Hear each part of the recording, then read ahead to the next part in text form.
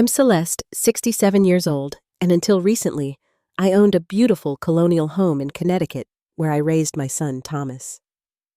For 40 years, that house held our family memories.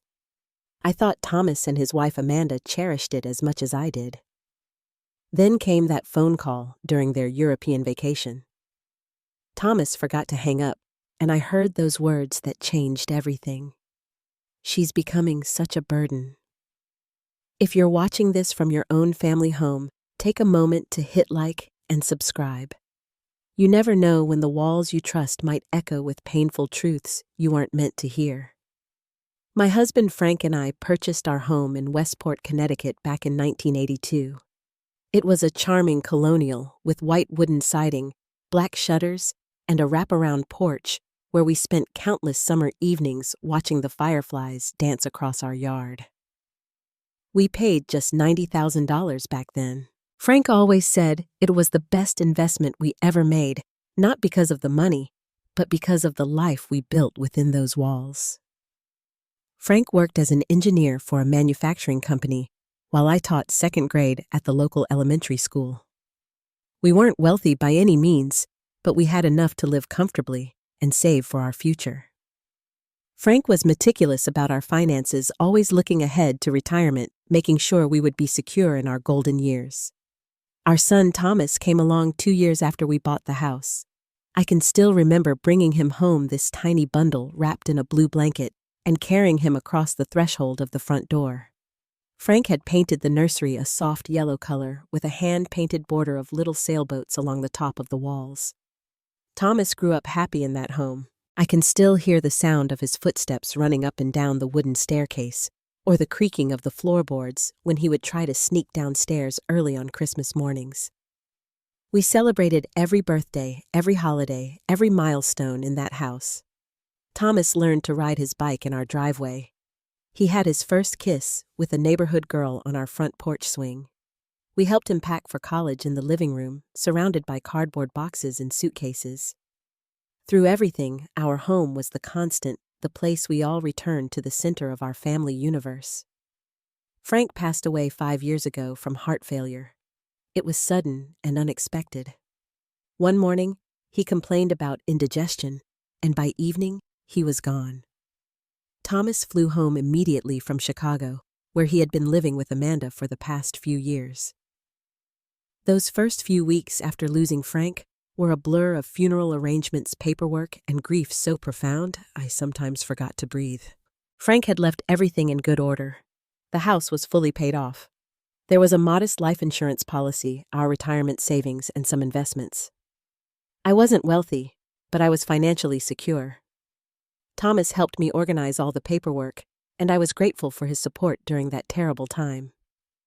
Thomas met Amanda during his senior year of college. She was studying business administration while he pursued his degree in marketing. They seemed well matched from the beginning, both ambitious, both focused on their careers. When they married 8 years ago, Frank and I hosted their wedding reception in our backyard. We strung fairy lights through the old oak trees, set up round tables on the lawn, and danced under the stars until midnight. It was one of the happiest days of my life. In the beginning, Amanda and I had a warm relationship. She would call me for recipes or ask my opinion about decorating their first apartment. She always remembered my birthday with thoughtful gifts. When they visited, she would bring fresh flowers or a bottle of my favorite wine. I thought I was fortunate to have such a caring daughter-in-law. After Frank died, Thomas and Amanda suggested I sell the house and move into a retirement community. "It's a lot of house for one person, Mom," Thomas would say. "The maintenance alone must be exhausting." But I wasn't ready to leave. Every corner held memories of Frank and our life together. I could still feel his presence in his favorite reading chair in the garden he had tended so carefully, in the workshop in the basement where he spent hours tinkering with projects. Selling would have felt like saying a final goodbye, and I wasn't prepared for that. They seemed to accept my decision, at least on the surface. But over the next few years, I noticed subtle changes in their behavior. Their visits became more frequent, which I initially appreciated, thinking they were concerned about my well-being. But there was something different about these visits. They would walk through the rooms with assessing eyes, commenting on what renovations they might make someday. "This wall could come down to create an open-concept living area," Amanda would say, gesturing to the wall between my kitchen and dining room. "The master bathroom really needs updating," Thomas would add, running his hand along the vintage blue tile that Frank and I had carefully selected decades ago. There were increasingly frequent hints about my aging as well. "Mom, did you know Mrs. Wilson down the street fell last month? She lives alone too," Thomas would mention casually over dinner. Or Amanda would leave brochures for senior living communities on my coffee table, claiming she thought they looked nice and might be of interest someday. I brushed these comments aside, convinced they were coming from a place of genuine concern. After all, Thomas was my only child, my sweet boy, who had always been so thoughtful and caring. I couldn't imagine he had ulterior motives. This spring, Thomas and Amanda announced they were planning a 3-week European vacation. They would visit Paris, Rome, and Barcelona, all places Frank and I had hoped to see together someday. They invited me to join them, which surprised me. "You should come, Mom," Thomas insisted. "It would be good for you to get away and see the world a bit." I declined their invitation.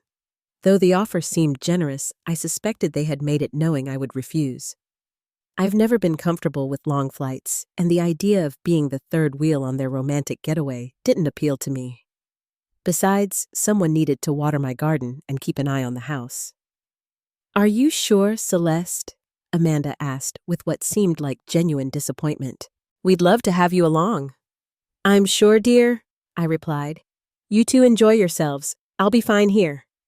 "We'll call you every day," Thomas promised as they left for the airport. "Just to check in and make sure everything's okay." I waved goodbye from the porch, watching their taxi disappear down the tree-lined street. Little did I know that their next call would change everything. 3 days into their European adventure, Thomas called, as promised. It was evening in Connecticut, and I had just finished watering the garden. I was looking forward to hearing about their experiences in Paris. "Mom, the connection is good today." Thomas's voice came through clearly on my cell phone. "How are you doing?" "I'm just fine, honey," I replied, settling into my favorite armchair by the window. "The house is still standing, and I'm keeping busy. Tell me about Paris. Is it as beautiful as they say?" Thomas launched into an excited description of their visit to the Eiffel Tower, the delicious meals they'd enjoyed, and the charming hotel where they were staying. Amanda chimed in occasionally with her own observations. They sounded happy, and I found myself smiling as I pictured them strolling hand in hand along the Seine. "We're off to dinner now, Mom," Thomas said after about 15 minutes. "There's this little bistro Amanda read about that's supposed to be amazing. We'll call again in a couple of days, okay?" "Of course, sweetheart. You two have a wonderful time," I replied. "Love you, Mom. Talk to you soon," Thomas said, and I heard what I thought was the end of the call. But then I realized the line was still active. I could hear muffled sounds, the rustling of clothing street noises in the background. Thomas had failed to properly end the call. I was about to hang up when I heard their voices again, clearer now, as if Thomas had put the phone in his pocket without fully disconnecting. "She sounds okay," Amanda's voice came through faintly. "Yeah, but for how long?" Thomas replied. "She's becoming such a burden. Did you notice how she struggled to understand how to use the new thermostat we installed?" My hand froze on the phone. A burden. Was my son really describing me this way? "I know," Amanda agreed. "But your mom is stubborn. She's not going to willingly move to a care facility anytime soon." "We might have to push harder after we get back," Thomas said, his voice growing fainter as they apparently walked.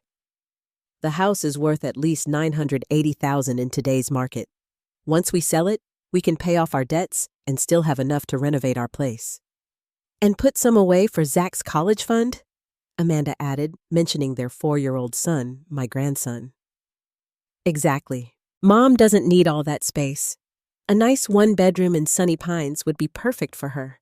They handle everything. Meals, cleaning medications. She'd adjust. How soon do you think we can make it happen?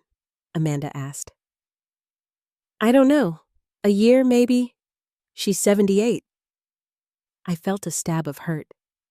I was 67, not 78. Did my son even know how old I was? The housing market is hot right now, Amanda continued. If we wait too long, we might miss out on the best price. True, when we get back, I'll talk to her again about getting the house ready to sell. Maybe we can start with small renovations to increase the value even more. I've been thinking the kitchen needs updating. Granite countertops would make a huge difference, Amanda agreed enthusiastically. And hardwood floors throughout. I couldn't believe what I was hearing. They were discussing renovating and selling my home as if it were already theirs, as if I had no say in the matter. As if I were already gone. Dad would have wanted us to get the most value out of the property, Thomas added, and that statement cut me to the core. Frank would never have treated me as a burden or an obstacle to an inheritance. Their voices faded as they apparently entered a restaurant, the background noise drowning out their conversation. Finally, the call disconnected. I sat motionless in my chair, the phone still pressed to my ear, my hands trembling. Tears slid down my cheeks as the full impact of what I'd heard sank in. My son, my only child, the boy I had raised with so much love, saw me as nothing more than a burden, an impediment to his financial plans. The house that held 40 years of my memories was just a valuable asset to be liquidated. That night, I couldn't sleep. I paced through the rooms of my beloved home, touching the walls, running my fingers along the banister Frank had carefully restored standing in the kitchen where I had prepared thousands of family meals. In Thomas's old bedroom, I sat on the edge of the bed and wept, remembering the little boy who used to call for me when he had nightmares, the teenager who needed help with his homework, the young man who hugged me fiercely before leaving for college. When had he stopped seeing me as his mother and started seeing me as a burden? When had my home become nothing more than a financial opportunity? The questions circled in my mind like vultures picking at the carcass of what I had believed was a loving, respectful relationship. As the first light of dawn filtered through the curtains, I made myself a cup of tea and sat at the kitchen table emotionally exhausted but strangely calm. The initial shock and hurt had given way to something else. A cold, clear determination. If Thomas and Amanda saw me as nothing but a burden standing between them and my house, I would remove myself from the equation. But not in the way they expected. The next morning, I called my friend Barbara, who lives 3 doors down. We've been neighbors for nearly 40 years, and she's one of the few people I trust completely. Her husband passed away just a year before Frank, and we've supported each other through our grief. Can you come over for coffee? I asked, my voice still rough from a night of tears. I need to talk to someone.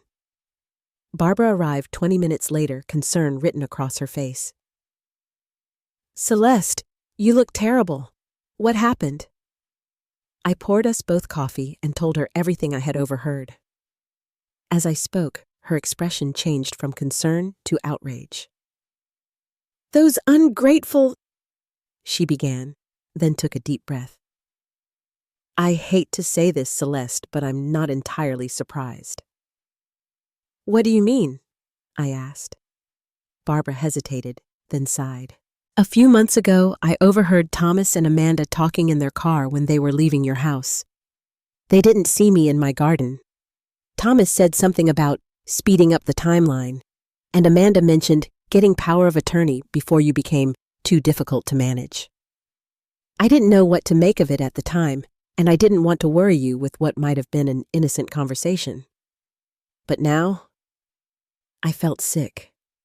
This wasn't just an insensitive comment made in the heat of the moment. This was a calculated plan they had been developing for some time. "What are you going to do?" Barbara asked, reaching across the table to squeeze my hand. "I don't know yet," I replied. "But I'm not going to be a victim in this." After Barbara left, I went to my home office and pulled out the file where I keep all my important documents.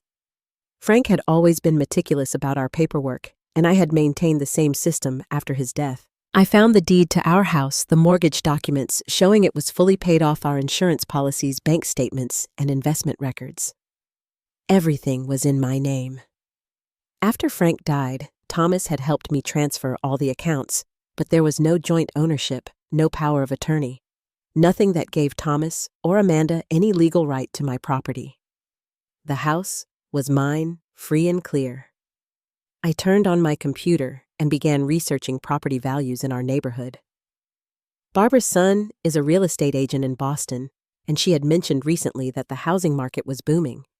Sure enough, homes similar to mine had been selling for between $950,000 and $1,200,000. Thomas's estimate of $980,000 was actually on the conservative side. Next, I looked into retirement communities. Not the assisted living facilities Thomas and Amanda had been leaving brochures for, but active adult communities where independent seniors could own their own homes but have access to amenities and a built-in social network.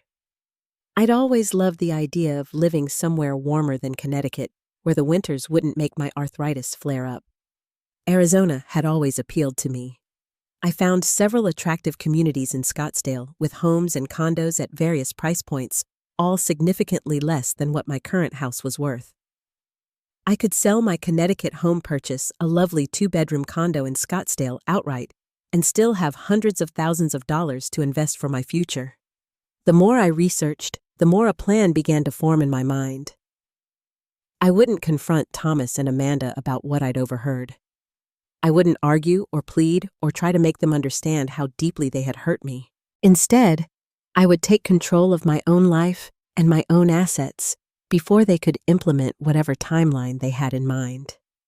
The next day, I called Judy Thompson, a real estate agent I had known for years through my teaching days.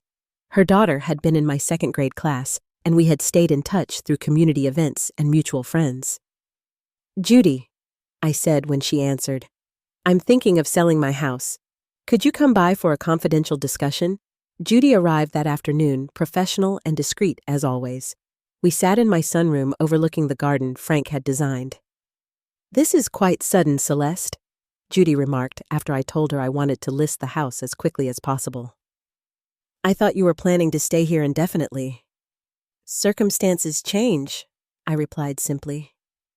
"I've decided I want a fresh start somewhere warmer with less maintenance."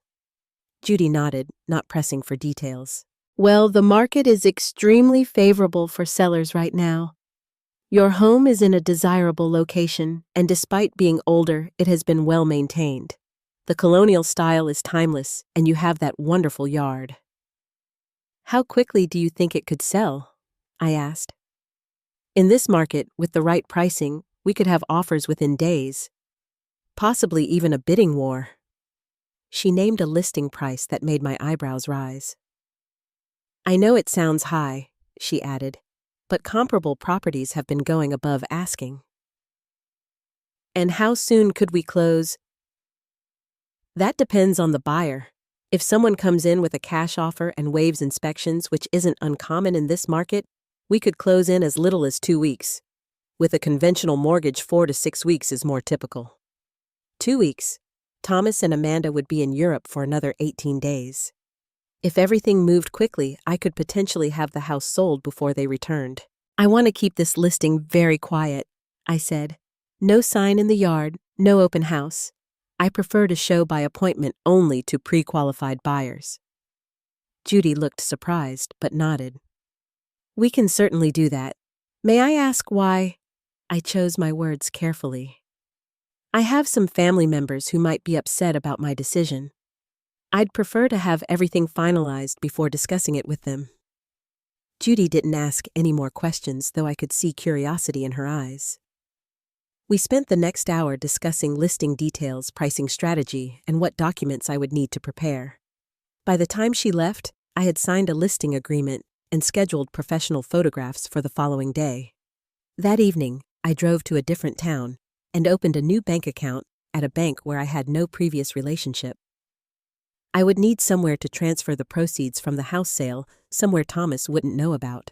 I also made an appointment with my attorney, Harold Greenfield, who had handled Frank's estate. In the days that followed, I moved with a sense of purpose I hadn't felt since Frank's death. The house was photographed, listed, and as Judy had predicted, the offers came in almost immediately. By the 5th day, we had 4 offers, all above asking price. I accepted the highest one from a young couple with a pre-approved mortgage who were willing to close in 3 weeks. Their lender assured Judy they could expedite the process. I spoke with Thomas and Amanda several times during this period. They called from Rome, then from Barcelona, sharing enthusiastic stories about their sightseeing and shopping. I responded appropriately, asking questions about the Colosseum and La Sagrada Familia, never giving any hint that anything had changed. Thomas asked if everything was all right at home, and I assured him that all was well. It wasn't exactly a lie. Everything was progressing exactly as I had planned. Meanwhile, I researched housing options in Scottsdale more thoroughly and made some inquiries by phone. I found a lovely 2-bedroom condo in a gated community with a pool, fitness center, and clubhouse. The photos showed mountain views from the balcony and beautiful desert landscaping. I spoke with the property manager and put down a deposit to hold the unit until I could fly out to see it in person. Harold, my attorney, was initially concerned when I explained my plans. "Celeste, this is a major life change to undertake so suddenly," he cautioned. "Have you thoroughly thought through the implications?" "More thoroughly than you know," I replied, and something in my expression must have conveyed my determination because he didn't argue further. We updated my will, removing Thomas as executor and naming Harold instead. I also drafted a new power of attorney designating Barbara as my healthcare proxy instead of Thomas. These weren't decisions I made lightly, but I couldn't trust Thomas to act in my best interests anymore. As the closing date approached, I began the overwhelming task of sorting through 40 years of accumulated possessions. What would I take to my new life in Arizona? What would I sell or donate? What held too many memories to part with? I worked methodically, room by room, making 3 piles: keep, donate, sell. The keep pile was the smallest. Family photos, Frank's watch and wedding ring, the quilt my grandmother had made, a few cherished books, the handmade ceramic mug Thomas had created in 4th grade art class. These treasures would come with me to my new home. The furniture, most of the kitchenware, books, decorative items, all would be donated or sold. I arranged for a local auction house to handle the larger pieces and scheduled a donation pickup for the rest. It was painful letting go of the physical remnants of my life with Frank, but also strangely freeing. Each item I released seemed to lighten the emotional burden I had been carrying. The hardest part was packing Thomas's childhood mementos. His baseball trophies, school projects, the collection of model airplanes Frank had helped him build. Should I take these with me? Leave them for him to find? In the end, I carefully packed the most significant items in boxes labeled with his name and arranged for them to be stored at Barbara's house. He might not want them now, but someday he might regret losing these connections to his past. The day before closing, I made one final call to Thomas and Amanda. They were back in Paris for the last leg of their trip, scheduled to fly home the following day. "We can't wait to see you, Mom," Thomas said. "We brought you some amazing gifts." "That's so thoughtful," I replied, my voice steady despite the turmoil inside me. "I'm looking forward to hearing all about your adventures." "We'll come straight from the airport," Amanda added. "Should we bring dinner? You probably haven't been cooking much just for yourself." "No need," I said. "I've got everything handled." If only they knew how true that statement was. The following morning, I signed the closing documents in Harold's office. The proceeds from the sale, $1,025,000 after a bidding war pushed the price well above asking, were wired to my new bank account. Harold provided me with copies of all the paperwork for my records. "Are you absolutely sure about this, Celeste?" he asked one final time as we stood in the parking lot afterward. "I've never been more certain of anything in my life," I replied. And it was true. Despite the heartache that had led to this decision, I felt a clarity and purpose that had been missing since Frank's death. I drove back to the house, no longer my house, for the last time. The moving company had already taken the few pieces of furniture I was keeping and my carefully packed boxes. The rooms echoed with emptiness as I walked through them one final time, saying goodbye to the space where I had lived so much of my life. In the entryway, I removed my house keys from my keyring and placed them on the small table by the door. No note, no explanation. Thomas and Amanda would have to figure it out for themselves, just as I had been forced to figure out their true feelings about me. I took one last look around, then closed the door behind me and walked to my car without looking back. The new chapter of my life was about to begin. I drove away from my Connecticut home on a beautiful spring morning. The cherry trees were blooming along the street, a sight I had enjoyed for 40 springs. I allowed myself one glance in the rearview mirror as I turned the corner, a final goodbye to the place where I had been so happy with Frank, where we had raised our son, where I had thought I would live out my days. My car was packed with the few personal belongings I had decided to keep. The rest had been sold, donated, or put in storage. I had mapped out my route to Arizona, planning to take 6 days for the journey, staying in hotels along the way. There was no rush now. I had all the time in the world to start my new life. As I merged onto the interstate, I felt a curious mixture of emotions. Grief for the relationship with my son that would never be the same. Anger at the betrayal I had discovered. Fear about the massive change I was undertaking at my age. But beneath these emotions ran a current of something unexpected excitement. For the first time in years, I was making a bold choice entirely for myself. Not as Frank's wife, not as Thomas's mother, but as Celeste, a woman with her own desires, needs, and future. The drive across the country became a kind of therapy. Each mile that passed put physical distance between me and the hurt I had experienced. I watched the landscape change from the lush green forests of the Northeast to the rolling hills of Pennsylvania, the flat farmlands of the Midwest, the majestic Rocky Mountains, and finally, the stark beauty of the desert Southwest. I took my time stopping when something caught my interest. A roadside diner in Ohio with homemade pie, a small art museum in Kansas, a breathtaking sunset viewpoint in New Mexico. I called Barbara each evening to let her know where I was and that I was safe. She was the only person who knew my exact plans and destination. "Thomas called me today," she told me on the 4th night of my journey. "He and Amanda got back this morning and went straight to your house. He was frantic, saying the key didn't work, and when they looked through the windows, the house was empty." "What did you tell him?" I asked, sitting on the edge of the hotel bed in Albuquerque. "Just that you had decided to make a change and that you were safe. I didn't give any details. He kept asking where you were, and I just said you'd be in touch when you were ready." "Thank you, Barbara. I'm not ready to talk to him yet." "He called the police, you know," she added. "Filed a missing persons report. But when they contacted Harold, he told them you were of sound mind and had made your own decisions. They closed the case." I wasn't surprised. Thomas would exhaust every avenue trying to find me. Not out of concern for my well-being, I now understood, but because his plans had been suddenly derailed. My phone had been ringing constantly since that morning. Calls from Thomas, from Amanda, from friends and acquaintances they had enlisted to try to reach me. I had texted Thomas once briefly. "I am safe and have made my own decisions about my future. I will contact you when I'm ready." Then I had silenced his number. 6 days after leaving Connecticut, I arrived in Scottsdale. The desert heat was a shock after the mild spring weather I had left behind, but the dry air felt good to my arthritis-prone joints. I checked into an extended stay hotel near the condo community I had chosen, planning to stay there while I finalized the purchase and furnished my new home.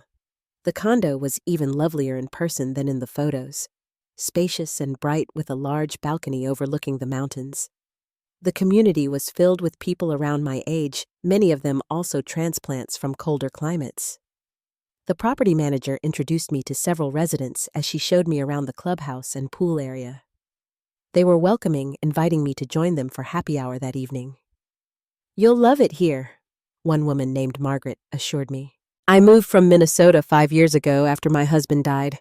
Best decision I ever made." I signed the purchase agreement that afternoon.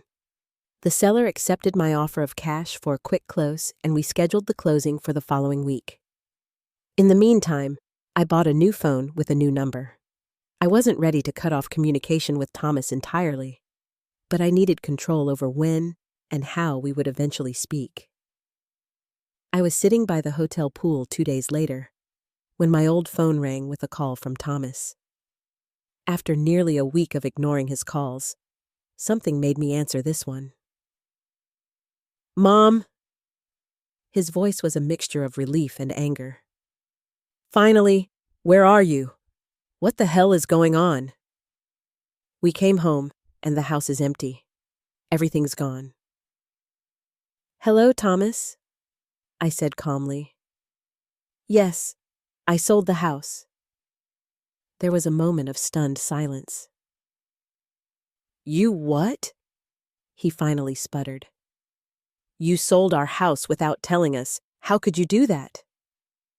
"It wasn't our house, Thomas. It was my house, and I sold it because I wanted to." "But where are you? Where are all your things? What's going on?" His voice had risen in pitch, confusion and panic evident. "I'm starting a new life somewhere else," I said. "Somewhere I won't be a burden to anyone." There was another silence, longer this time. When Thomas spoke again, his voice was different, cautious. "What do you mean, a burden?" "You forgot to hang up the phone when you called from Paris, Thomas. I heard everything you and Amanda said about me, about how I'm becoming a burden, about your plans to sell my house and put me in Sunny Pines so you could pay off your debts." "Mom, no, you misunderstood," Thomas began, but I cut him off. "I understood perfectly.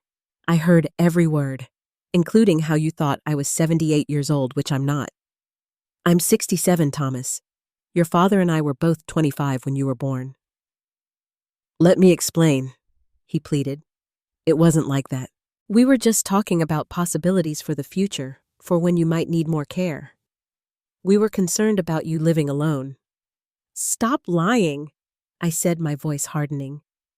"I heard you discussing how to speed up the timeline and get power of attorney before I became too difficult to manage.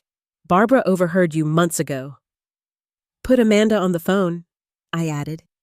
There was rustling, and then Amanda's voice came on the line, tearful and high-pitched.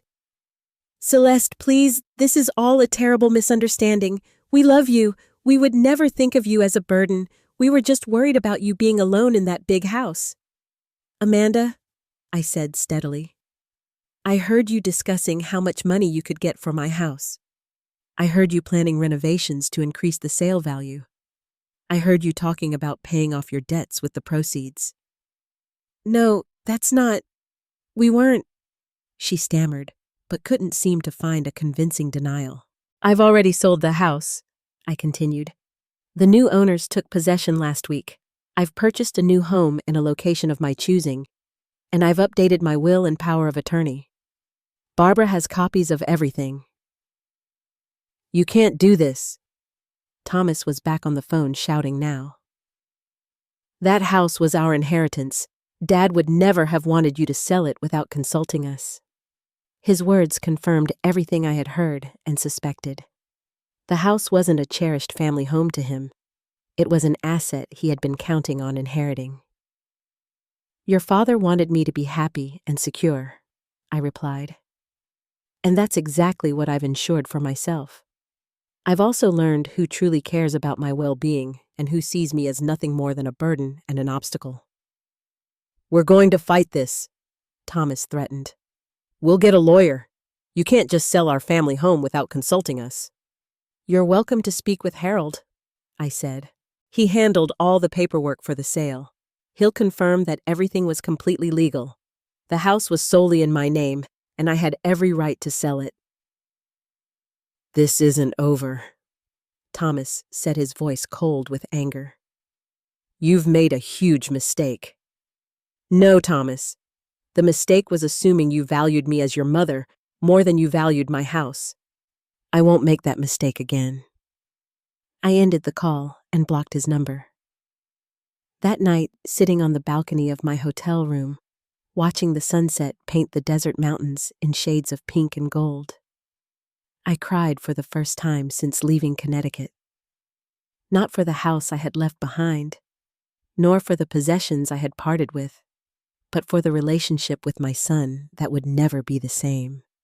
The little boy I had raised was gone, replaced by a man I no longer recognized or trusted. It was its own kind of death, and I needed to grieve it. The weeks after my conversation with Thomas were difficult. He found ways to contact me despite my blocked number. Emails, messages relayed through mutual friends, even a private investigator who somehow tracked me to Scottsdale. I rebuffed all these attempts, making it clear through Harold that I needed space and time. Thomas and Amanda did consult a lawyer as threatened, but as Harold had assured me, they had no legal standing. The house had been solely in my name, and as a competent adult, I had every right to sell it. Their threats eventually subsided, replaced by emails trying to explain away what I had overheard, claiming I had misinterpreted their conversation. "Mom, we were stressed and tired from traveling," Thomas wrote in one message. "We said things we didn't mean. Please let us come visit you and talk in person." I didn't respond. The time wasn't right yet. I needed to establish my new life to find my footing as an independent woman making her own choices before I could face them again. Meanwhile, I settled into my condo. I purchased new furniture, simpler, more modern than what I had owned in Connecticut. My new home was bright and airy with tile floors that stayed cool despite the desert heat and large windows that framed the mountain views. I hung just a few cherished photos on the walls Frank and me on our wedding day. Thomas as a smiling child. The three of us at Thomas's college graduation. These images reminded me of happier times of the family we had once been. I gradually got to know my neighbors. Many were like me, transplants from colder states seeking sunshine and a fresh start in their retirement years. Some were widowed, others divorced, some still married. All were active and engaged with life, participating in the community's many activities: swimming, golf, book clubs, card games, volunteer work. Margaret, whom I had met my first day visiting the community, became a particular friend. She invited me to join her book club, introduced me to other residents, and helped me navigate my new surroundings. Her warmth and genuine interest in my well-being were a balm to my wounded heart. "You know," she told me one evening as we shared a bottle of wine on my balcony, "I came here after my own family drama. My son and his wife wanted me to move in with them after Henry died. It seemed like a caring offer until I realized they wanted me to be a full-time babysitter for their 3 kids while they both worked. When I said no, they were furious, accused me of being selfish." "What happened?" I asked. "I sold my house in Minnesota and moved here," she said with a laugh. "Best decision I ever made. They eventually came around, realized I had a right to my own life. Now they visit every winter with the grandkids, and we actually enjoy each other's company because we all have our own space." Her story gave me hope that perhaps with time, Thomas and I might find a new way to relate to each other as adults, with healthy boundaries and mutual respect. One day, about 6 weeks after I had moved to Scottsdale, I received an unexpected visitor. My niece Jessica, my late sister, Karen's daughter, showed up at my door. "Aunt Celeste," she exclaimed, hugging me tightly. "It took me forever to find you. Why didn't you tell anyone where you were going?" I invited her in, genuinely pleased to see her. Jessica had always been close to me, visiting often, even after her mother passed away 5 years ago. She was in her early 40s now, with a successful career as a physical therapist in New York City. "How did you find me?" I asked as I made us both iced tea. "Barbara finally took pity on me," she admitted with a grin. "I promised not to tell Thomas or Amanda. I just wanted to make sure you were okay." We sat on my balcony, catching up on each other's lives. Jessica admired my new home and seemed genuinely happy that I had made this change. "To be honest, I was worried about you after Uncle Frank died," she said. "You seemed stuck, like you were just existing in that house, not really living." Her observation surprised me, but I realized she was right. I had been stuck clinging to the past, afraid to move forward without Frank. "But I have to ask," Jessica continued, her expression growing serious. "What happened with Thomas? He's been calling everyone in the family, telling different versions of the story. First you had a mental breakdown. Then you were manipulated by some scammer. Then you just decided to spite him by selling the house out from under him. What's the truth?" I told her everything. The overheard conversation, the discovery of their plans, my decision to take control of my own future. Jessica listened without interrupting, her expression changing from shock to anger to understanding. "The thing is," I concluded, "I don't think Thomas even realizes how deeply he hurt me. In his mind, he was planning for my future, making practical arrangements. He doesn't understand that he was treating me like a problem to be managed, not a person with my own agency and desires." Jessica sighed. "I'm not entirely surprised. Thomas has always been financially focused. And honestly, Aunt Celeste, he and Amanda are in pretty serious debt. They've been living way beyond their means for years." "What do you mean?" I asked. "They bought that huge house in Chicago that they couldn't really afford. Then Amanda quit her job when Zach was born, but they kept spending like they had two incomes. Thomas made some bad investments trying to catch up. From what I understand, they're underwater on their mortgage and maxed out on credit cards." This new information cast their plans in an even more calculating light. They hadn't just seen me as a burden. They had been counting on my house as the solution to their financial problems. "Thank you for telling me this," I said to Jessica. "It helps me understand what was driving them." Jessica stayed for 3 days, and her visit was a gift. We explored Scottsdale together, hiked in the nearby mountains, and spent evenings talking on my balcony. When she left, she promised to visit again soon and to keep my location private until I was ready to share it. "For what it's worth," she said as she hugged me goodbye. "I think you did the right thing. You deserve to live your life on your own terms." Her support meant more to me than I could express. It helped me see that while one family relationship had been damaged, others remained strong and true. In the months that followed, I built a new life for myself in Scottsdale. I joined a painting class at the community center, something I had always wanted to try, but never made time for when I was teaching. To my surprise, I discovered a genuine talent and passion for watercolors. The desert landscapes, with their dramatic light and vivid colors, provided endless inspiration. I made friends, real friends, who valued me for myself, not for what I could provide or what I represented. I went on day trips to Sedona and the Grand Canyon. I volunteered at a local elementary school, reading to children once a week. I joined a walking group that met at sunrise to avoid the desert heat. My days were full and purposeful in a way they hadn't been since before Frank's death. And gradually, the pain of Thomas's betrayal began to subside. It didn't disappear entirely. I don't think it ever will. But it lost its sharp edge, becoming a dull ache that I could live with. 6 months after I left Connecticut on Thomas's birthday, I finally called him. It was time. "Mom." He answered on the first ring, sounding cautious and hopeful. "Happy birthday, Thomas," I said. I thought it was time we talked. The conversation that followed was difficult but necessary. Thomas tried again to explain away what I had overheard, but when I remained firm in what I knew to be true, he finally admitted that yes, he and Amanda had been planning to convince me to sell the house. We were drowning in debt, he confessed, and the house seemed like the answer to our problems. You were living there alone, rattling around in all that space. It just seemed wasteful. That wasn't your decision to make, I pointed out.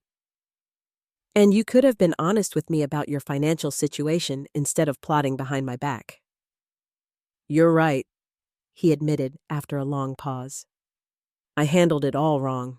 I'm sorry, Mom. It wasn't a perfect apology. He was sorry for how he had gone about things, not necessarily for what he had planned to do. But it was a start. I miss you, he added. Zach keeps asking when he'll see Grandma again. I miss you too, I admitted. All of you. But things have changed, Thomas. Our relationship has to change too. I'm not the same person I was, and I won't be treated as someone without agency or value beyond what I can provide for you. I understand, he said, though I wasn't sure he truly did. Would it be okay if we visited sometime? Would you tell me where you are? I hesitated, then made a decision. I'm in Scottsdale, Arizona. I bought a condo in a community I love. And yes, you can visit, but not yet. Give me a little more time. Maybe for Thanksgiving. Thanksgiving, he repeated. Okay, that's something to look forward to. We spoke for a little longer awkwardly, at times both of us trying to navigate this new terrain between us. When we hung up, I felt a mixture of emotions: sadness for what had been lost, cautious hope for what might be rebuilt, and pride in myself for establishing boundaries. Thomas and I continue to talk regularly now, rebuilding our relationship one conversation at a time. It's different than before, more honest with clearer boundaries. I'm no longer the mother who exists to support his needs and dreams. I'm a woman with my own life, my own dreams, who happens to also be his mother. It's been a year since I sold my house in Connecticut and moved to Arizona. Looking back, I can see how that painful discovery, hearing my son call me a burden, became the catalyst for the most empowering decision of my life. In trying to push me aside, Thomas inadvertently pushed me forward into a new chapter I might never have had the courage to begin on my own. The healing process wasn't linear. There were days, especially in the beginning, when grief would overwhelm me unexpectedly.